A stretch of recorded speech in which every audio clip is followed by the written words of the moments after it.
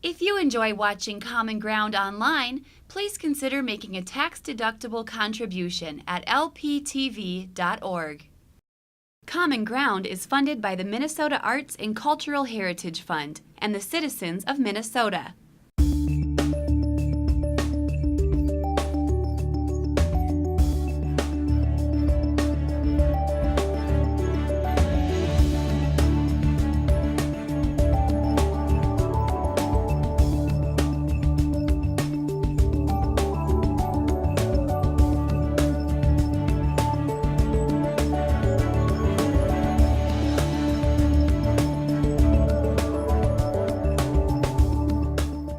Hi, I'm Rachel Johnson. On this week's episode of Common Ground, get back to the basics in Pine River. This gathering of like-minded individuals explores ways to make agriculture and businesses more environmentally sustainable. Then take a tour of a historic building in downtown Bemidji, being repurposed from a bank to the new headquarters of the Northwest Minnesota Foundation. Touring the building prior to its restoration reveals historical rooms with some of their dated decor and antiquated utilities intact, and some mysteries left by those who worked on the building in decades past.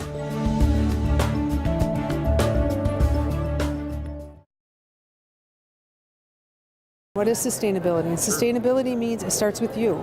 It means what do you care about? What parts of yourself, what parts of your community, what parts of your network do you care about? Is it the environment? Is it transportation? Is it local foods? Is it energy? And then start building your network and connect yourself to the people that are doing the work out there and start the larger conversation. Every movement starts with a conversation. So you have to start the conversation first, and then you can take that conversation to the next level. I own two businesses in Brainerd, the Farm on St. Matthias and Sprout, Minnesota. Both are directly related to the core concept of this conference today, which is steps towards sustainability. We've worked with Happy Dancing Turtle in the HUD campus for many years on education in the community on how you can achieve self-sustainability, self-resiliency, and how you can broaden that concept out into your communities and start networking with people that are like-minded like you in order to build those steps towards sustainability. I'm teaching two classes today. The first class I'm teaching is on marketing your products. So we're working with the president of the Farmers Market, BJ Allen, and we're talking about marketing your products. How do you market? What kind of tools do you use? And then we're also talking about a Central Minnesota feasibility study that was completed this year, which is online. It's a document that goes into very great detail on the capacity of our region to produce and consume local foods. So we're talking about our region's ability to not only produce how many acres it takes, but also our consumption habits. What do we eat? What should we grow if we're going to sell it? The second class I'm teaching is agriculturally resilient communities, which is a really recent development and discussion topic for our region. We've talked a lot about resilient regions, building resiliency within your regions, but now let's start narrowing it down to an agriculturally resilient community. And what is that? And I think this is probably one of the first beginning conversations. What is it? Learning to define what it is and how do we get there? My husband and I and our 7-month-old came today to learn about sustainability on our homestead and our small farmstead. And we also came to give a presentation about our mobile chicken processing unit and business called Lost Lake Pastured Poultry. I learned a lot both in the keynote and the workshop by Chuck Marone today about how important thinking about transportation is when we're talking about building and maintaining sustainable communities. And I also learned a lot about how his work and thinking about transportation and civil engineering relates to food systems and promoting local food, as well as food access. I will also be going to the session on local products to kind of continue my focus on local food systems and how we can keep promoting those and strengthening those. And then I will be ending the day talking about agriculturally resilient communities. So that's kind of my theme today, is thinking about my local community and food system and how to make it stronger and more resilient. I am here at Back to Basics because I've intended to come here the last few years, but never was able to. This year, I worked with the farm at St. Matthias this past summer for the first year doing farm work, and I'm currently working at the Crowing Food Co-op, which also has a booth here. So I came here initially to support those and just to make connections with people that I haven't seen in a while. One of the things that I got to experience that I think events like this are good for is just the general networking. Like there was a few of us sitting at the lunch table. One person, he's doing a pie class coming up here in the next couple months. Oh, lard works really good for pies. Oh, I have 30 pounds of lard. Do you want some? Sure. I can trade you blah, blah, blah for it. And so just little things like that are able to happen at events like this. And it just kind of grows from there. It has grown quite a bit, and the diversity of the groups that come here has grown quite a bit too. So while you see energy and you see the co-ops, you're now seeing the farmers markets, and you're seeing animal husbandry, and you're seeing student programs throughout the state that teach sustainable food production. But you're seeing lots of local artisans, people who are putting their hearts and soul into self-sustainability by developing their crafts.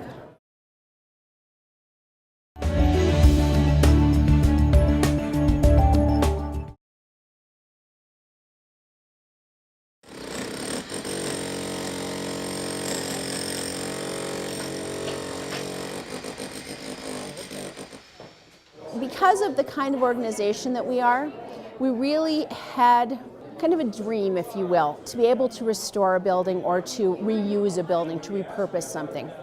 And we've looked at other buildings, and when this came on the market a year ago, we took a look at it and we really saw some tremendous potential. We were very excited about it.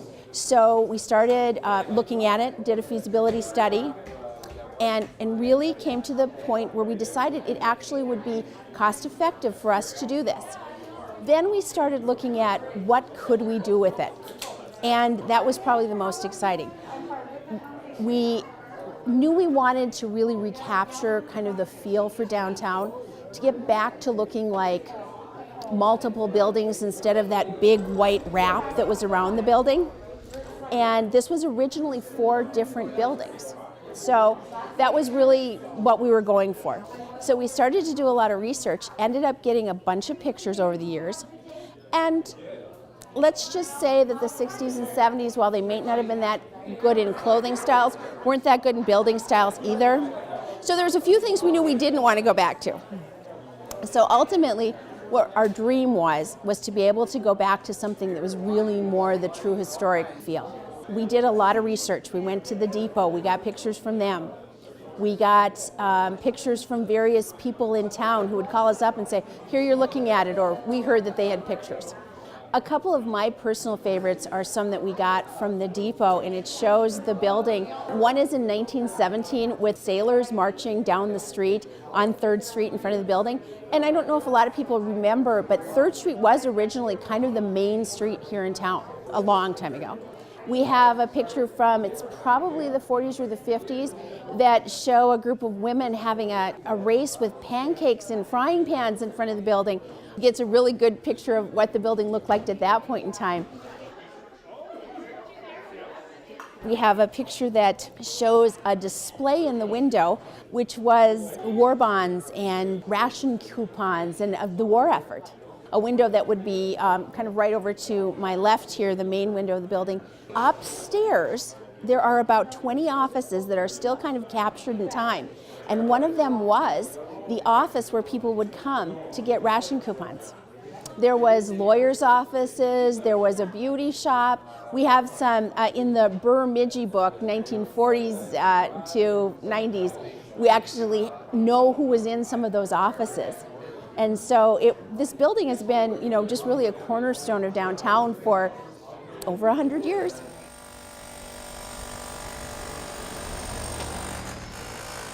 We are here in the upper level of the old Wells Fargo building, and I am Jim Steenerson, the Senior Program Officer for the Northwest Minnesota Foundation. Everything we're standing on here and looking at is approximately 100 years old, although some of the finishings are a little bit newer than that. Here we are at 2012, so this building really hasn't been touched in the upstairs area for the last 60 to 70 years. If you look at the wallpaper, this wallpaper is easily 60 to 70 years old. Who knows, it might go back even further than that. It's got a retro style, so some of this may be even coming back into style now. The outside walls, as you can see, have got windows that are all boarded up, and our intent is to open up all of these original openings and put in new window frames and new windows that will match the original appearance of the building. So from the outside, the upper level will look as close as possible to when it was actually constructed back in the early 1900s. So it won't be a totally historic renovation or preservation project, but our intent is to try to bring it back as close as possible to the original appearance of the building. What we're looking at here is a hole that was knocked actually through the lath and plaster to show the exterior wall structure. The bricks that are laid in here are common brick, and then outside that is another layer of brick, which is the finished layer.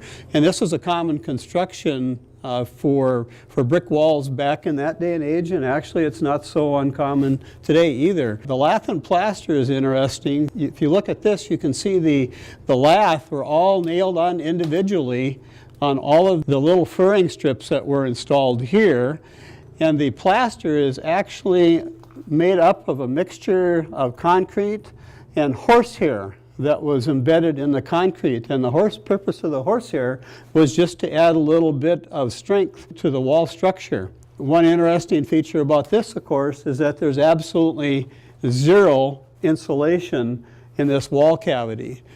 So back then, in the early 1900s, this building was heated with coal, which is a very, very cheap source of heat. And they really didn't have the types of insulation systems that we have now, so it wasn't a big deal. Coal was cheap, and that's how they heated the building. Yeah, these are for signage that was attached on the outside of the building.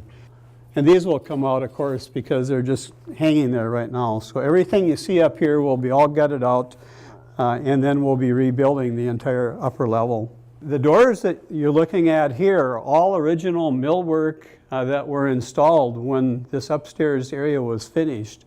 And so these are all approximately 100 years old too. Well, there's several interesting features on the door. One is the upper transom window, which has a number on there. That's a backwards 4, as you can see. But these were opened to allow ventilation for each one of the individual offices. That was the purpose of that. You can see the hinges right up there. So those were just propped open for ventilation. All of the doors have got kind of a frosted embossed glass, which is a kind of unique feature. You see this on some entry doors now, but of course this was pretty unique back in that day and age. Another feature of the doors is the very, very wide trim. And this is typically either a mahogany or an oak type trim, and it's a full 7/8 or 1 inch deep trim and real wide, about 6 to 7 inches. And that was also typical of that era. The other feature, if you look at the lock down here, it's got the old skeleton key lock in there. So this one doesn't work so well, but I think some of the other door handles still operate freely. Since then, they've added another tumbler here for security purposes, but this was the original lock back in that day and age, and they used the old skeleton keys. And so the janitor probably had a big ring on his belt, and he had a different key for every office that he had to get in to clean in the evening. So you look at that, and that door still swings very, very nicely, thank you. And it's been hanging there for 100 years, and it still works great. The woodwork in this upper level, like I mentioned earlier, is all original millwork that was installed when the building was constructed back in the early 1900s. It has a really, really wide trim around the doors. And one of the neat features about the door trim is the crown molding that was installed. So if you look at that, you get an idea of what the original color was like and some of the scrolling features that were prevalent on all of the molding.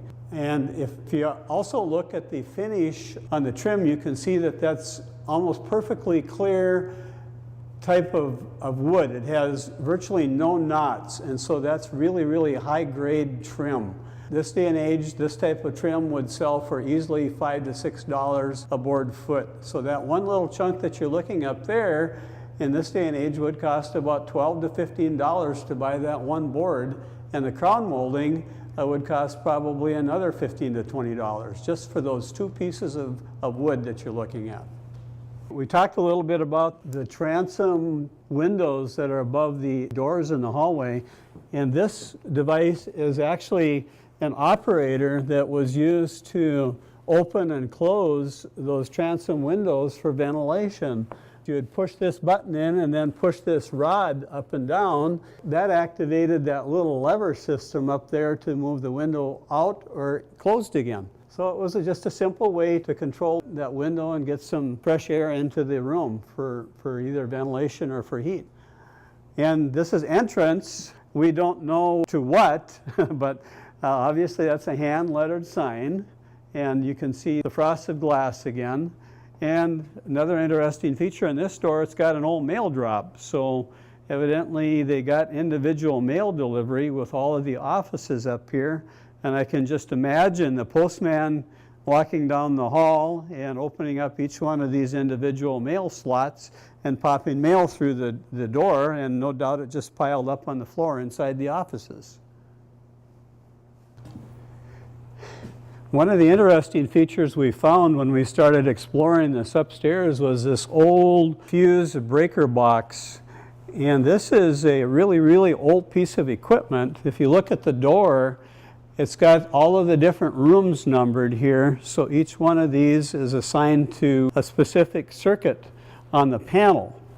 And these are all numbered too, just the same way that you would find a current breaker panel in the modern day and age would have the names of all of the different rooms written along the sides. These are all numbered, and as you can see, these are all fuses which aren't used anymore in the current technology. But this is an old original breaker system, probably one of the earliest types that was ever used.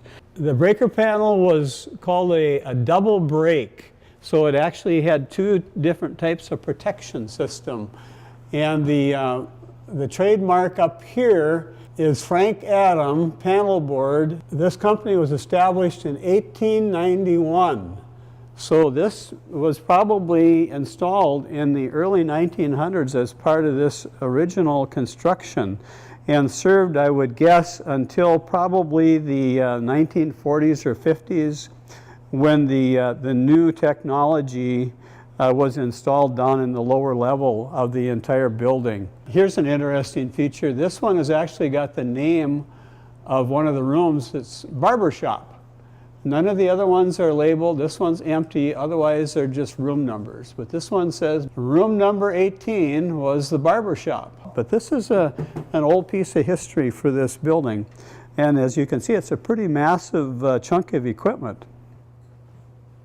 The picture you're looking at right now, that's a ceramic insulator, and attached to that is a single piece of wire. That's called knob and tube wiring.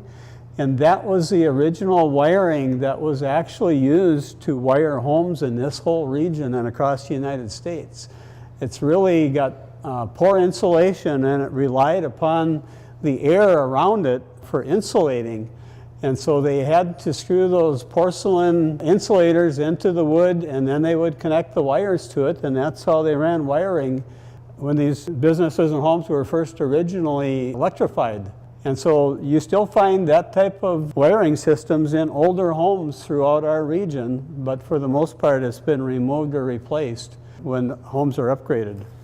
And what you're looking at here are two wires and two insulators, and if you look closely you can see that the wire runs right through the insulator and is protected from the wood. Without having the insulator, Of course, this would be a fire hazard and the building would burn down very quickly.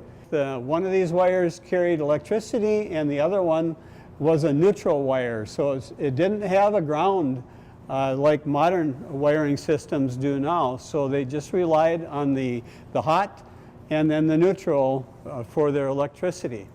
This is another old panel that has some wiring relics in it. And we think that this little box back there, that insulator, was probably part of the original phone system. Over here on the left side, you can see one of the insulators sticking out, and these were used to run the knob and tube wiring through the stud cavities. We managed to pull this one out far enough so you can actually see what it looks like. The coloration is a little bit different on these. These are brown. All of the other ones that were typically used for electric wires are white. So I suspect that maybe this may have been used just for a telephone wiring box, but they still use the insulators to run the wiring through. On the inside of the door, there's some writing. We've got a 218 there. I think this is before the days of area codes, so that's interesting, but that's still our area code now. Who knows, maybe that was the first area code inscription for the Bemidji area. And that one's got an 8, and we think it's Gus, and then a last name that we can't really tell what it is. It looks like Taurtner, perhaps, Troutner. I wonder if there's a Gus Troutner out there who did some wiring here. The original brick structures over the building had actually archways over some of the openings, so you can see there where they were knocked off when the facade was reconstructed. But if you look at the upstairs area of the building, the stone lintels that run across the bottom of the windows, for the most part, are still intact, so those can be salvaged. And the brick exterior is actually in good enough condition on the whole upper level, except for the very, very top courses, so that we'll be able to restore that, do new tuck pointing, replace some of the bricks where they've been damaged, but the top section of this structure should be able to be salvaged and restored to almost original condition. The ornate areas along the upper runs on the building are still pretty much intact too, and those are really neat architectural features of the building.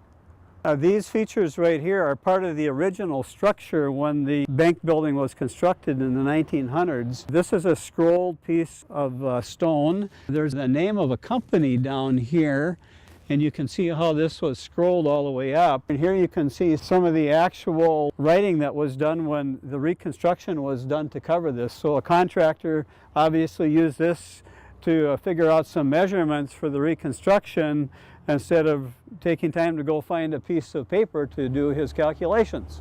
When the contractors were pulling off some of the brick that was installed in the 1950s, they uncovered some of the old structure here, and here we have an inscription.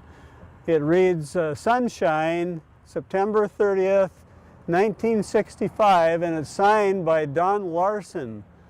We have absolutely no idea who Sunshine was or who Don Larson was, but he evidently was one of the workers who was either working on the building or perhaps he wandered by at the point in time where they're just covering this up and decided that he would put his little signature on there.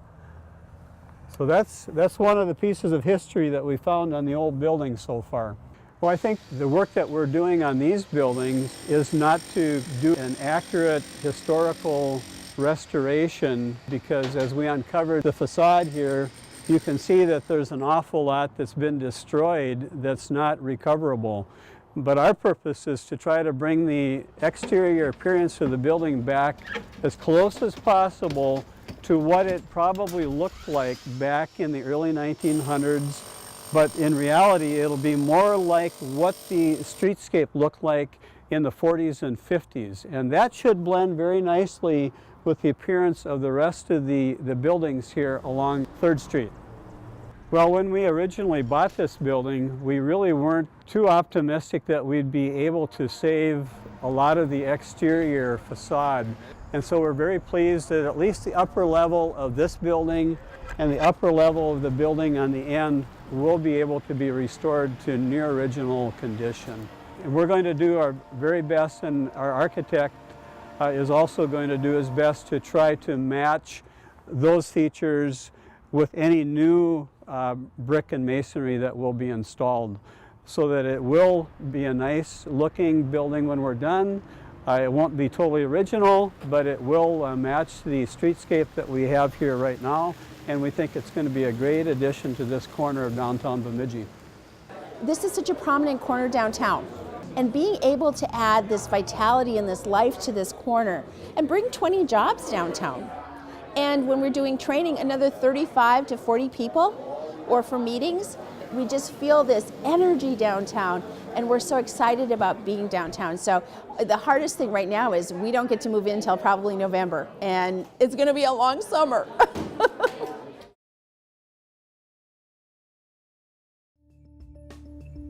We hope you've enjoyed this episode of Common Ground. Thanks for joining us, and we'll see you next week.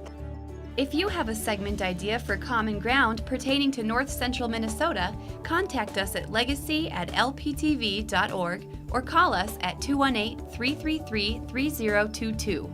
If you enjoyed this episode of Lakeland Public Television's Common Ground, consider making a contribution at lptv.org.